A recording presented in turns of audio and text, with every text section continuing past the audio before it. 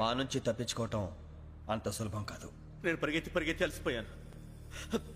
ఏం కావాలి? నీ ప్రాణం అక్కర్లేదు, నీ ఆస్తి అవసరం లేదు. ఏదో అవసరానికి 2000 అప్పుడైతే ఇలా చంపేపోతారని జీవాజీ. ఆయన అప్పు తీసుకున్న తప్పించుకుని తిరగాలి కానీ ఆపేసి మీకు అక్కడ పెట్టండి. కొత్త అప్పు ఇవ్వకూడదని. ఇదిగో వెంకీ, కావాలంటే నీకు ఇచ్చిన పాత బాకీ మర్చిపోతాను, నన్ను వదిలే. మీరు మమ్మల్ని వదలనా? మేము మిమ్మల్ని వదలలేమండి. మీ దగ్గర అప్పు తీసుకున్న నిజం మమ్మల్ని నీలా వెంటాడు. అందుకు నన్ను ఎంత ఆడుతున్నారా? నన్ను అంతగా అయిపోతలేదు. ఉండి లేదంటే మొత్తం లేకుండా పోతారు. ఇప్పుడు మీకు ఇస్తే జరిగేది అదే. ఇస్తే ఇవ్వండి, లేకపోతే మానేయండి, అంతేగాని శుక్రవారం పూట అశుభ మాటలు మాత్రం ఆడకండి. శుక్రవారం లేదు, శనివారం లేదు, అసలు వడ్డీ వ్యాపారమే చేయడం లేదా? జీవాజీ, డిస్కషన్స్ అనవసరం. ఇప్పటికి 18,000 ఇచ్చారు, ఇంకో 2,000 ఇస్తే 20,000 రౌండ్ ఫిగర్ అవుతుంది. 2 రోజులు తిరిగి ఇచ్చేస్తాం. వీళ్ళకి ఇప్పుడు దాకా ఇచ్చింది 14,000 కదా, 18,000 అంటాడేమిటి పెచ్చనాయాలు? పడ్డాడు కక్కుర్తాడు. సంగతి వరకు తెలిసి సరేనయ్యా, ఇదే నేను మీకు ఇచ్చే ఆఖరి అప్పు. మీరిచ్చిన ప్రతిసారి ఇలాగే అంటారు. ఉత్తినే వచ్చిందని తగలేయకుండా ఊరికే వచ్చింది ఏంటి? అబ్బాయి ఏం లేదండి. జాగ్రత్తగా ఉపయోగించి పైకి రావాలయ్యా. సరే, ఈ 2,000తో 20,000 సంపాదిస్తారు. అదే కూర్చొని ఆలోచిస్తాం. ఆ జీవగాడు ఎప్పటికైనా జీవితంలో పైకి రావాలంటాడు. రోజు ఇంత పైకి వస్తాం తెల్లడికి. రే, మనం దొరికిన వాళ్ళ దగ్గర అప్పు చేసి తాగెత్తనం. ఇలా ఎన్నాళ్ళు పిచ్చేవాళ్ళు ఉన్నన్నాళ్ళు తెలిసిన వాళ్ళందరూ అయిపోయారు, ఇంకెవరు మిగిలారా? అందుకే నేను ఎప్పుడు అంటూ ఉంటాను, సర్కిల్ బెంచ్ మని ఒక రెండో పెంచుకుందామన్నా ఎవడు కోఆపరేట్ చేయట్లేదా? మనం చూస్తేనే జంప్ అక్కడ. అరే వడ్డీ ఎంతైనా పర్వాలేదు, అప్పు ఏంట్రా అంటే ఒక ముందు రాడే. ముందుకు వస్తే వాళ్ళు వెనక్కి వెళ్తారని భయం. భయం భయం భయం, ఎక్కడ చూసినా భయం. ఎన్నాళ్ళు భయం? మనల్ని చూస్తే మనకే పరమ అసహాయం చేస్తుంది. మనకే కాదు, ఊళ్ళో వాళ్ళందరికి కూడా అదే ఫీలింగ్. అందరూ డిగ్రీ 3 సంవత్సరాలు చదివి పాస్ అయితే మనం 6 సంవత్సరాలు చదివి పాస్ అయితే మరి ఉద్యోగం ఎవడి? ఉద్యోగాలు ఇవ్వక, అప్పులు ఇవ్వక, తాగేది ఎలాగా, బతికేది ఎలాగా? అరే మనం మాత్రం మనుషులం కాదా? మనకి కోరికలు ఉండవా? ఇప్పుడు మనం ఆలోచించాల్సింది అది కాదు, రేపటికి ఎవరిని చంపాలి. కాలనీ లేవలేడు సార్.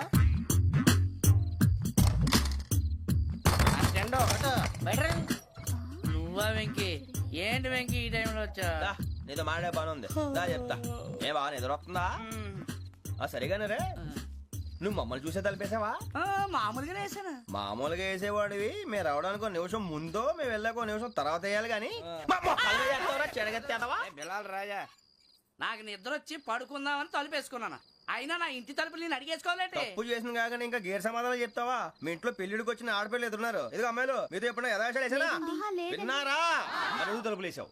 అనవసరంగా గొడవ ఎందుకు? ఇక్కడి నుంచి వెళ్ళండి. గొడవ? మీ ఇంటి మీద పడి ఎప్పుడైనా గొడవ చేశానా బిని గారు? లేదు బాబు. విన్నారా? చెప్పు, మమ్మల్ని చూసి తలుపులు ఎందుకు వేసుకున్నావు? అరే మాకు అప్పించిన వాళ్ళు కూడా మమ్మల్ని చూసి ఎప్పుడు తలుపులు వేసుకోలేదు. ఏం చేయాలి? మరి నువ్వు ఎందుకు వేసుకున్నావు? బాబు టప్ అయిపోయింది, బుద్ధి తక్కువ వేసాను చాలా. అంటే మా మోకాల మీద తలుపులు వేసామని ఒప్పేసుకుంటున్నావు? ఒప్పుకుంటున్నాను. సరే ఇప్పుడు చెప్పు, మా మొఖాల మీద తలుపులు వేసేంత తప్పు మేము ఏం చేసామరా? తప్పైపోయిందని అంటున్నారు కదా, వదిలేయండి బాబు. అదే తప్పు మేము చేసి మమ్మల్ని వదిలేయమంటే మీరు వదిలేస్తారా బినిగారు? తప్పని ఒప్పుకుంటున్నాడు కదా అయ్యా. ఇప్పుడు టైం 11 అయింది, వెళ్ళి పడుకోండి. 11 అయిందా? కొమ్ము ఉంచాడు కదా. నాకు సంబంధం ఏంటి? ఉంది, సంబంధం ఉంది. 11 గంటలకి నా క్లోజ్ ఫ్రెండ్ ఢిల్లీ వెళ్తున్నాడు. 5,000 అప్పిస్తానని ఎయిర్పోర్ట్ రమ్మని చెప్పాడు. నీ గొడవలో పడి ఆ సంగతే మర్చిపోయాను. ఇప్పుడు నాకు జరిగిన నష్టానికి భర్తీ ఎవరు చేస్తారు? మీరా మీరా మీరా? ఎవడు పడతావు? ఎందుకు చేస్తాడా భర్తీ? భలే వాడి నువ్వు. తప్పు ఎవడు చేసా వాడే చేస్తా. దానికి కారణం ఈ 10 మనిషే కదా.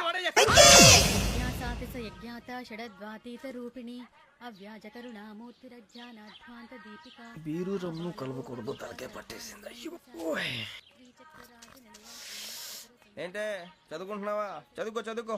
దేనైనా వెనక్కి తీసుకురావాలం గానీ పోయిన కాలం వెనక్కి తీసుకురావడం ఎవడి వల్ల కాదు. టైం విలువ గురించి నువ్వు మాట్లాడడం. నువ్వు ఎలా పోతే నాకెందుకులే. ఏమ్మా నీ పూజ అయిందా? తలకే పట్టేసింది, కాస్త మజ్జిగుంటే ఇవే. మా నాయనే అందరూ పొద్దున్నే లేచి టీలు కాఫీలు అడుగుతుంటే నువ్వు మాత్రం మజ్జిగ అడుగుతున్నావురా. కాఫీలు టీలు తాగే స్టేజ్ వాడు ఎప్పుడో దాటిపోయాడు. రాత్రి తాగింది దిగాలంటే మజ్జిగే తాగాలి. నువ్వు తల దించుకోవడం ఎందుకురా? నీలాంటి యదవనగానందుకు నేనే దించుకోవాలి తల. రాత్రి సుబ్బారావు గారి ఇంటి మీద గొడవకి వెళ్ళేవంటగా. చెప్పాడు మీకు? ఏ మళ్ళీ గొడవ కెడతావా? నీ దెబ్బకు భయపడి రాత్రి తలుపులు తీసి పడుకున్నారంట. తెల్లారగా టైంట్లో దొంగలు పడ్డారు. ఇంట్లో ఉందిలేండి, పట్టుకుపోవడానికి అక్కడ కూతురు తప్ప. ఎన్నాళ్ళు ఇలా బేవర్స్గా తిరుగుతావురా? ఇన్నాళ్ళని ఏం ఫిక్స్ అవ్వలేదండి. చిచి నాన్నా, అమ్మా, కంబైన్ స్టైల్స్ కి ఫ్రెండ్స్ ఇంటికి పిలుద్దాం అంటే వీడికి భయపడి ఎవరు రావడం లేదు. నేనే చేశానే. వాళ్ళ వంక అదోలా చూస్తున్నావంట. గొప్ప ఫిగర్లని అదోలా చూస్తాను, ఏదో మోహాలు వేసుకుని. చదిగా ఆ గొంతు ఆ వాళ్ళకం చూడలేకపోతున్నాను రా బాబు. చిన్నప్పుడు వచ్చి నా అలాగే ఉన్నావు, తెగ ముడిచిపోయారు. ఇప్పుడు నచ్చట్లేదు నాన్నగారు మీకు? నేను యదవలతో డిస్కస్ చేయను. నేను చేస్తాను. మీరు చెప్పదలుచుకుంది ఏమిటో చెప్పండి. ఇంకా చెప్పేదే ఉంది. నువ్వు ఇలా గాలికి తిరుగుతుంటే నేను తిండి పెట్టలేను. నాన్నగారు ఇప్పుడు శుక్ర మహాదశి 4వ పాదంలో ఉంది. నేను ఇప్పుడు ఏం చేసినా కలిసి రాదు. శనిగారు సెంటర్ లో కాసేసి నన్నే చూస్తున్నాడంట. వాడు అలా సైడ్ అయిపోయి నేను ఏదో ఒకటి అవుతాను కదా, మీరు కంగారు పడకండి. ఇవన్నీ ఆ జగదాంబ చౌదరి గారు చెప్పాడా? వా, జేసీ గారిని గాడు గిడు అనకండి బాబు, మీకే మంచిది కాదు. అబ్బా ఊరుకోండి, ఎవరి నమ్మకాలు వాళ్ళవి. ఎరా ఇంతకీ ఆ శనిగాడు సైడ్ కి ఎప్పుడు వెళ్తాడంట? నేను పోయా. నువ్వు సెంటర్ లోకి రావాలమ్మా. మరి ఆ గురువు సెంటర్ లోకి ఎప్పుడు వస్తాడంటావు? అవన్నీ మనకి తెలుస్తాయి అంటే జేసీ గారు తెలుస్తాయి. నాన్నగారు ఒక 1000 రూపాయలు ఇవ్వండి, దక్షిణ నుంచి అన్ని అడిగేసి వస్తాను. ఎదిగిన కూతురు గుండెల మీద కుంపటైతే నీలాంటి బేవార్స్ కొడుకు క్లైమోర్ మైన్స్ లాంటి వాడు చీదరిదుడా. ఆ జేసీ గారు పోయాక వీడు నేను అమ్మ నువ్వే ఫీల్ ఓకే. ఆయన కావాలని అంటున్న మాటలు కాదు, ఆయన దేవుడు. కానీ ఆ శనిగాడు ఆడి కాన్సన్ట్రేషన్ అంతా నా మీదే పెట్టేశాడు. మరి ఇప్పుడు ఎలాగరా నాన్న? ఆ పని మీద డబ్బులు అడుగుతుంటే నిసుక్కుంటున్నాడు. పోనీ నువ్వేనా ఇవే? నా దగ్గర కూడా లేవురా. తెలుగు భాషలో నాకు నచ్చని ఒకే ఒక్క పదం లేదు.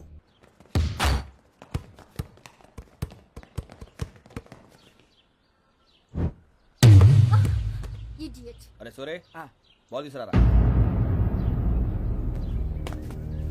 సారీ ఏదో బాల్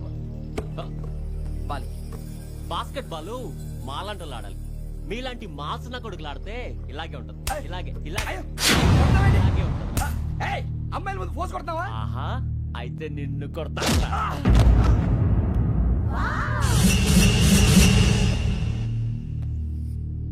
వాడు అమ్మాయిలు ఉన్నారని చూడరా ఎరా రెచ్చిపోతున్నాడు. బాస్కెట్ బాల్ మీ వాడి ఆట కానీ మీలాంటి మాసోళ్ళు ఆడే ఆట కాదు అంటున్నాడు రా. రే ఇంత ముందు 2-3 సార్లు కూడా ప్రతి విషయంలో జోక్యం చేసుకుని మన వాళ్ళు కొడుతున్నాడు రా. వాడిని ఏదో ఒకటి చేయాలరా, వాడిని వదలొద్దు.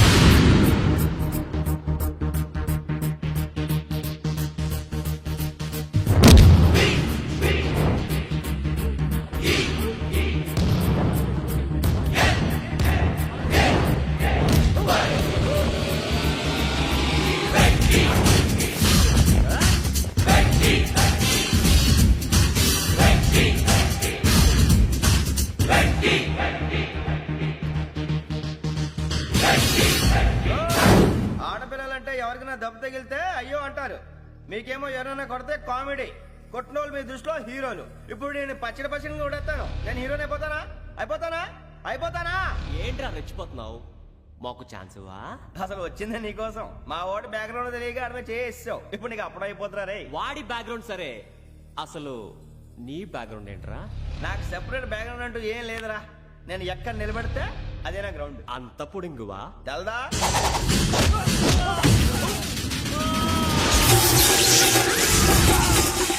ఎవ్వా మన మామిడి కొట్టినప్పుడు వావ్ అన్నారు, ఇలాగే ఉంటుంది.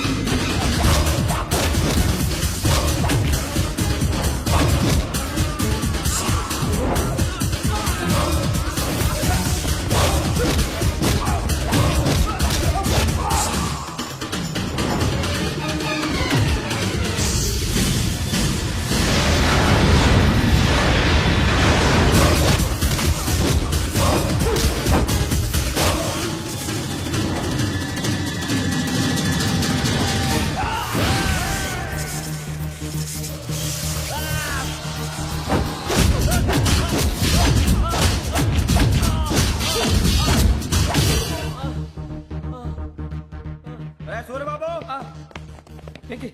ఇందాక నేను కొట్టినప్పుడు నీకే అనిపించిందిరా? కుమ్మేయాలనిపించింది. మరి కుమ్మే.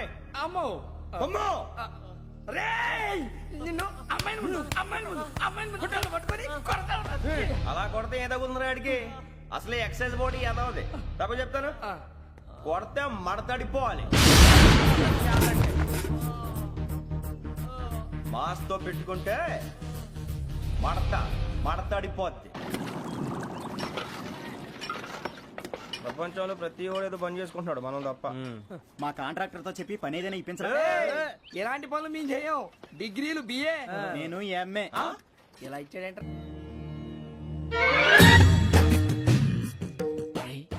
కళ్ళు మూసుకునే ఉన్నాడు, కొంపదీసి నిద్రపోతున్నాడేంటి? ధ్యానం కళ్ళు మూసుకొని ఎవరినో కాంటాక్ట్ చేస్తున్నారు. అవునా? అబ్బా. రామ్ ప్రసాద్, నీకు నిజం చెప్పాలంటే బాధగా ఉంది, కానీ చెప్పక తప్పదు. ఎందుకంటే అది నిజం కాబట్టి. Correct sir, correct. ఏంటి సార్ అది? నీకు 40 ఏళ్ళు వచ్చే వరకు కష్టాలు తప్పవు. గురుజీ, అవి మామూలు కష్టాలు కావు, అష్ట కష్టాలనే చెప్పాలి. ఉదాహరణకు అవి ఎలా ఉంటాయంటే, దొరక్క నీకు ఫుడ్ దొరికితే అది నీ నోటికందే లోగా నీ కాలో నీ చెయ్యో తగిలే మట్టిపాలైపోతుంది. నీ వాకలికి తట్టుకోలేక అప్పు కోసం ఎండను పడి వెళితే అక్కడ తాళం వేసి ఉంటుంది. మరో కఠోరమైన నిజమేమిటంటే, నీ దరిద్రాన్ని చూసి భరించలేక నీ భార్య లేచి వెళ్ళిపోతుంది. ఒక్కతేనా ఎవరితోనన్నా? తప్పు. అతని దురదృష్టాన్ని చూసి ఎగతాళి చేయకు రమణ. Sorry sir. ఇదయ్యా రాంప్రసాద్, నువ్వు ఈ 40 ఏళ్ళు ఈ నరకాన్ని అనుభవించక తప్పదు. 40 ఏళ్ళ తర్వాత అలవాటైపోతుంది. ఇక నువ్వు వెళ్ళొచ్చు. ఏమో వెంకటేశ్వరరావు, కులాసైనా రమ్మన్నారట. నీకు శుభవార్త చెబుదామని పిలిపించాను. ఏంటి గురుజీ? నీకు శుక్రమహాదశ ప్రారంభం అవబోతుంది. అంటే సరిగా సెట్ అయిపోయినట్టేనా? ఆల్మోస్ట్ అయిపోయినట్టే. మీరంతా టోపీలు పెట్టుకునే ఉద్యోగాలు కూడా చేసుకుంటారు. ఇప్పటిదాకా మేమందరికీ టోపీలు పెట్టాం గానీ మాకు మేమే టోపీలు పెట్టుకుంటాం ఎప్పుడు అనుకోలేదు గురుజీ. అదే విధి. మరి ఇప్పుడు బిల్ల బంటోతు నుంచి బీట్ కానిస్టేబుల్ వరకు అందరికి నెత్తిమి టోపీలు ఉంటాయి. అందులో ఏ ఉద్యోగమో? ఎస్ఐ గారు కూడా టోపీ పెట్టుకుంటారు తెలదా? ఏది మన చదివే చదువులకు ఎస్ఐ ఉద్యోగాలు ఇస్తారేంటి? గ్రహాలు శాసిస్తున్నప్పుడు చదువులతో పని లేదు. ఏబిసిడీలు చదివినా చాలు మీ జీవితాలు విచిత్రమైన మలుపులు తిరుగుతాయి. మీకు విపరీతమైన ఫాలోయింగ్ వచ్చేస్తుంది. మీరు చాలా ఫేమస్ అయిపోతారు. వింటానికి చాలా బాగుంది. ఇప్పుడు మమ్మల్ని ఏం చేయమంటారు గురుజీ? ఏమీ చెయ్యదు, వెయిట్ చేయండి. కాలం కలిసి వస్తే అదృష్టమే మిమ్మల్ని గేలం వేసి పట్టుకుంటుంది. అంతవరకు వెయిట్ చేయండి. వెయిట్ చేసి కొంచెం వెయిట్ కూడా పెరిగింది. అయినా పర్వాలేదు, వెయిట్ చేస్తాం. అందాక ఏ అప్పు సపోర్ట్ చేసుకుని తాగుతాం, బ్రతుకుతాం అన్నట్టు. అప్పు అంటే గుర్తొచ్చింది. అప్పు మీద మీ అభిప్రాయం ఏంటి గురూజీ? ఏంటరా ఇంత నుంచి మీకు ఎదుగుతున్నాను రా. ఇక్కడేం చేస్తున్నారు? ఏ మన టైం బాగుందిరా. ఎవడన్నా అప్పిస్తున్నాడా ఏంటి? కాదురా, ఉద్యోగాలు ఇస్తారమ్మన్నాడు. గురూజీ చూసారా, చౌదరిగా చెప్పింది నిజమే. మరి శుక్రమాదేశ్ మొదలైంది. ఇంతకీ ఎవరా మహానుభావుడు? నమస్కారం. అయినా నేను చెప్పింది. ఆహా, సాక్షాత్ ఎంప్లాయ్మెంట్ ఎక్స్చేంజ్ నడుచుకుంటూ వస్తున్నట్టు ఉంది. పదండి పట్టేద్దాం. నమస్కారం సార్. నమస్తే. వీలే సార్ మా ఫ్రెండ్స్. నమస్కారం. నమస్తే. నేను చెప్పానుగా భగవాన్ గారు. ఆహా, పేర్లోనే దేవుడు ఉన్నాడు. లోపల కూడా పాజిటివ్ థింకింగ్ ఎక్కువ. ఇంతకీ మీరు ఇండియానా చైనీసా? India sir. మా ఫేస్ చూస్తారు అనిపించలేదు మీకు? భలే కామెడీ ఫీల్ అలా ఉన్నాడు. నేను అడిగేది ఇండియన్ రెస్టారెంటా చైనీస్ రెస్టారెంటా అని. నేనేది ఓపెన్ గా డిస్కస్ చేయను కదా. పేరు చూసుకుల్లో డిస్కషన్ పెడతాడు అనుకుంటే వీటి హోటల్ అంటున్నాడు. బాబు ఎట్ ఫీల్ అవుతున్నాడు. అంతా మీ ఇష్టం ఉంటున్నాడు సార్. ఫస్ట్ చైనీస్ రెస్టారెంట్ కి వెళ్దాం. నెక్స్ట్ అక్కడ డిసైడ్ చేద్దాం. చాలా ఇబ్బంది పడుతున్నట్టున్నారు. నువ్వు చేత్తో తినే బాబు. నేను జనరల్ గా చైనీసే ప్రిఫర్ చేస్తాను. ఫ్యాట్ కంటెంట్ తక్కువ ఉంటది కదా. రేపు నుంచి మేము కూడా ఇదే ఫాలో అవుతాం. ఇంతకీ మీకు స్టీల్ ప్లాంటా, షిప్ యార్డా, ఏషియాడా, జింక, బంకా? బంకా, హెచ్పిసిఎల్. ఇవన్నీ దేనికి సార్? దేనికేంటి? ఉద్యోగం చేయడానికి. మీకు ఎందులో కావాలో చెప్పండి.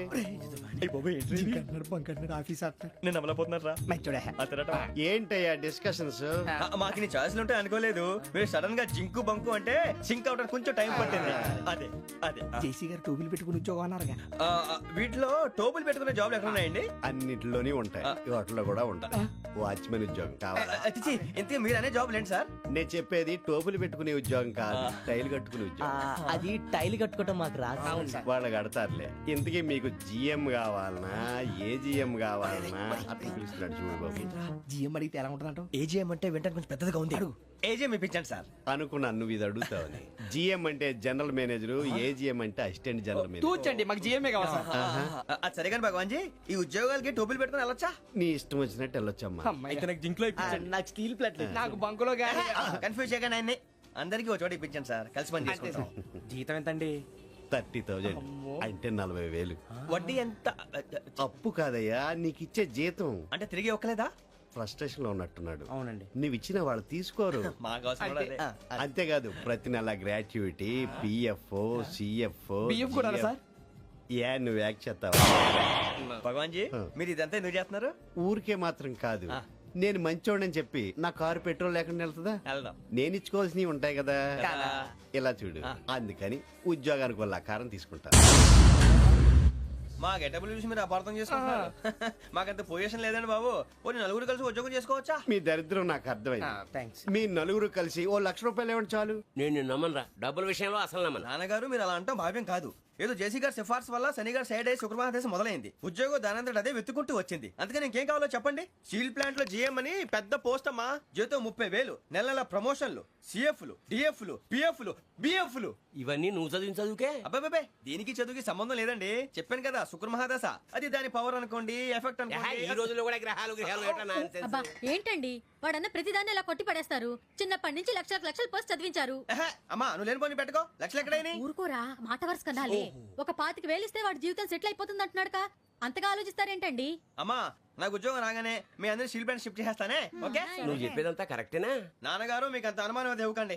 సర్లే, ఇప్పటికిప్పుడు అంత డబ్బు అంటే కష్టం గానీ నా కెనటిక్ హోండా అమ్మాలి. నాకు తెలుసు మీరు ఆ నిర్ణయం తీసుకుంటారని, అందుకే పార్టీని పట్టుకొచ్చాను. బయట వెయిటింగ్.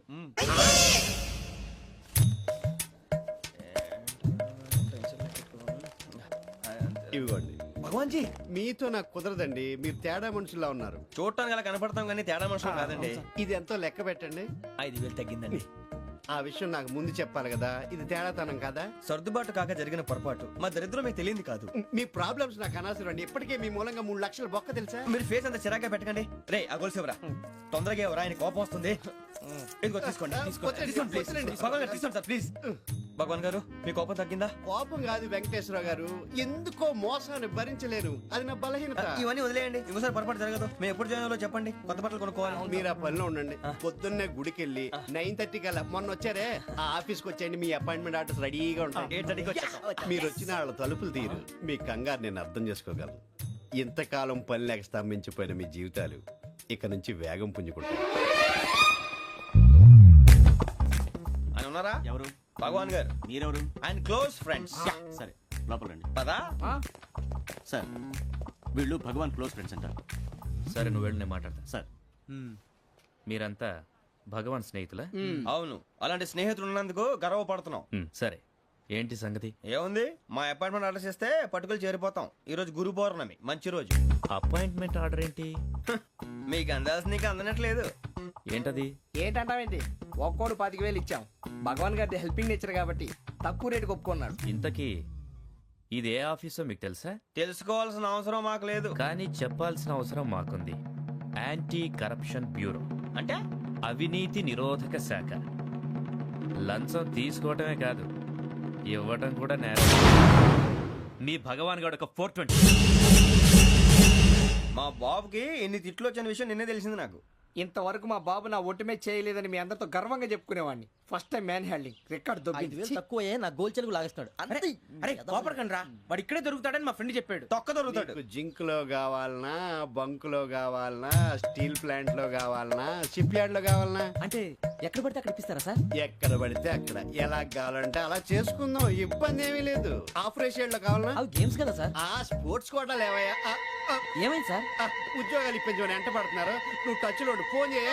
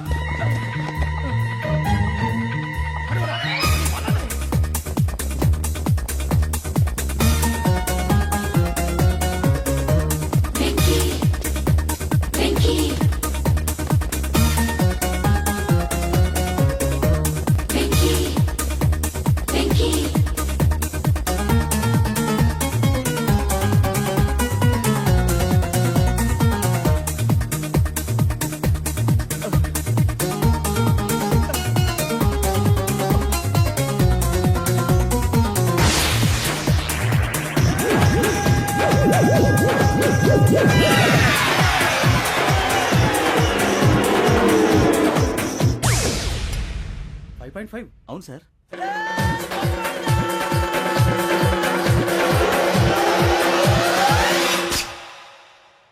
గ్రేట్.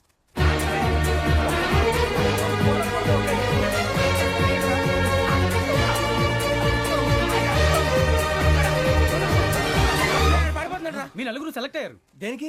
ఎస్ఐ సెలక్షన్స్ లో మీరు ఫిజికల్ టెస్ట్ అన్ని పాస్ అయ్యారు.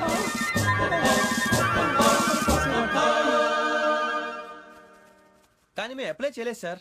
అప్లై చేయలేదా? చెయ్యి వదలకండి సార్, కాలు పట్టుకోవాల్సి వస్తుంది. రాగరాకు వచ్చిన అవకాశం. సరే, మీరంతా డిగ్రీలు పాస్ అయ్యారా? ఎప్పుడో. ఓకే, ఇప్పుడు అప్లై చేయండి. Thank you sir. నేను మేనేజ్ చేస్తాను. Thank you sir. మీరు రిటర్న్ టెస్ట్ ప్రిపేర్ అలాగే సార్.